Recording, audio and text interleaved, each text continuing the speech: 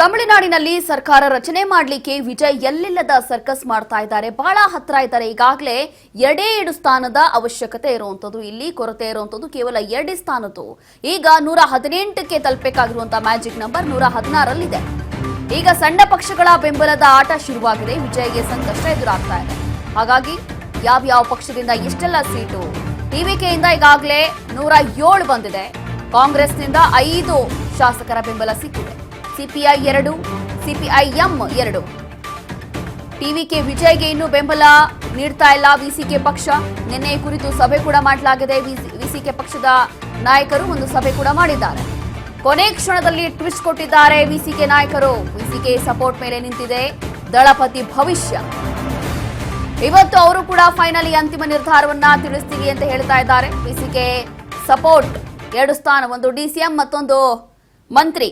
2 ಸ್ಥಾನ ಏನಾದ್ರೂ ವಿಸಿಕೆಯಿಂದ ಸಿಕ್ತು ಅಂತಂದ್ರೆ ಇವತ್ತೇ ವಿಜಯ್ ಸಿಎಂ ಆಗೋದ್ರಲ್ಲಿ ಯಾವುದೇ ಅನುಮಾನ ಇಲ್ಲ. ಆದ್ರೆ ಆ ರೀತಿ ಏನಾದ್ರೂ ಆಗಿಲ್ಲ ಅಂತಂದ್ರೆ ಏನು, ವಾಟ್ ನೆಕ್ಸ್ಟ್, ಮುಂದೆ ಏನ್ ಮಾಡಬಹುದು, ಏನಾಗಬಹುದು, ಏನವ್ರಿಗೆ ಆಯ್ಕೆ ಇರಬಹುದು ವಿಜಯ್ಗೆ ಅನ್ನುವಂಥದ್ದು ಯಕ್ಷ ಪ್ರಶ್ನೆ. ಇನ್ನು ಕೆಲವೇ ಕ್ಷಣದಲ್ಲಿ ವಿಸಿಕೆ ನಾಯಕರಿಂದ ಸುದ್ದಿಗೋಷ್ಠಿ ಮಾಡಲಾಗ್ತಾ ಇದೆ. ಸುದ್ದಿಗೋಷ್ಠಿಯಲ್ಲಿ ನಿರ್ಧಾರ ಪ್ರಕಟಿಸುವಂತಹ ವಿಸಿಕೆ ನಾಯಕರು. ಟಿವಿಕೆಗೆ ಬೆಂಬಲ ನೀಡುವ ಬಗ್ಗೆ ಅಧಿಕೃತವಾಗಿ ಘೋಷಣೆ ಆಗುತ್ತಾ?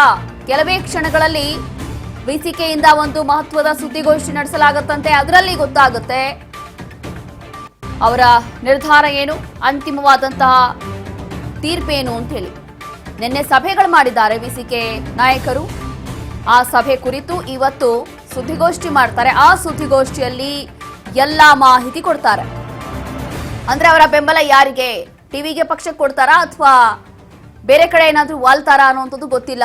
ಬಟ್ ಸದ್ಯಕ್ಕೆ ನಿನ್ನೆ ಏನು ಸಭೆಗಳು ಮಾಡಲಾಗಿದೆ ಆ ಒಂದು ರೆಸಾರ್ಟ್ಗಳಲ್ಲಿ ಈಗಾಗಲೇ ಅಲ್ಲಿರುವಂತಹ ಶಾಸಕರೇ ಇರ್ಬೋದು, ವಿಸಿಕೆ ನಾಯಕರು, ವಿಸಿಕೆ ಶಾಸಕರು ಎಲ್ಲರೂ ಕೂತ್ಕೊಂಡು ನಿನ್ನೆ ಬಹಳ ಹೊತ್ತು ಸಭೆ ಮಾಡಿದ್ದಾರೆ. ಅದಾದ ನಂತರ ಈ ಸಭೆಯಲ್ಲಿ ಏನೆಲ್ಲ ಚರ್ಚೆ ಆಗಿದೆ ಅನ್ನುವಂಥದ್ದು ಈಗಲೂ ಕೂಡ ಅಧಿಕೃತವಾದಂತಹ ಮಾಹಿತಿ ಇಲ್ಲ.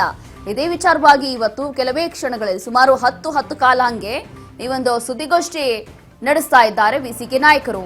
ಈ ಒಂದು ಸುದ್ದಿಗೋಷ್ಠಿಯಲ್ಲಿ ಎಲ್ಲವೂ ಕೂಡ ಏನೆಲ್ಲಾ ಪ್ರಶ್ನೆಗಳು ಇವಾಗಿದೆಯೋ ಅದೆಲ್ಲದಕ್ಕೂ ಕೂಡ ಉತ್ತರ ಸಿಕ್ಕಿಬಿಡುತ್ತೆ. ಈ ಒಂದು ಸುದ್ದಿಗೋಷ್ಠಿಯಲ್ಲಿ ಗೊತ್ತಾಗುತ್ತೆ ವಿಜಯ್ಗೆ ಬೆಂಬಲ ಕೊಡ್ತಾರಾ ಅಥವಾ ಇಲ್ವಾ. ಈಗಾಗಲೇ ವಿಜಯ್ 116 ಮ್ಯಾಜಿಕ್ ನಂಬರ್ ತಲುಪಿದ್ದಾರೆ. ಉಪಮುಖ್ಯಮಂತ್ರಿ ಸ್ಥಾನಕ್ಕೆ ಬೇಡಿಕೆ ಇಟ್ಟಿರುವಂತಹ ವಿಸಿಕೆ ಡಿಸಿಎಂ ಸ್ಥಾನದ ಜೊತೆ ಪೆರಂಬೂರು ಕ್ಷೇತ್ರದ ಮೇಲೆ ಈಗ ಕಣ್ಣಿಟ್ಟಿದ್ದಾರೆ. ಪೆರಂಬೂರು ಕ್ಷೇತ್ರ ಬಿಟ್ಟು ಕೊಡುವಂತೆ ಕೇಳಿದೆ ಈಗ ವಿಸಿಕೆ. ಪೆರಂಬೂರು ತಿರುಚಿ ಪೂರ್ವ ಕ್ಷೇತ್ರ ಗೆದ್ದಿದ್ದಾರೆ ವಿಜಯ್ ಈಗಾಗಲೇ. ಹಾಗಾಗಿ ಇವರ ಈ ಡಿಮ್ಯಾಂಡ್, ಕಾರಣ ಇವಾಗ ಉಳಿದಿರುವಂತದ್ದು 2 ಸೀಟ್ ಅಲ್ವಾ, ಹಾಗಾಗಿ ಡಿಸಿಎಂ ಮತ್ತೆ ಮಂತ್ರಿ ಸ್ಥಾನವೇ ಕೊಡಿ ಅಂತಿದ್ದಾರೆ. ಡಿಸಿಎಂ ಸ್ಥಾನ ಕೊಟ್ರೆ ಮಾತ್ರ ಬೆಂಬಲ ಅಂತ ವಿಸಿಕೆ ಈಗ ಡಿಮ್ಯಾಂಡ್ ಮಾಡ್ತಾ ಇದೆ.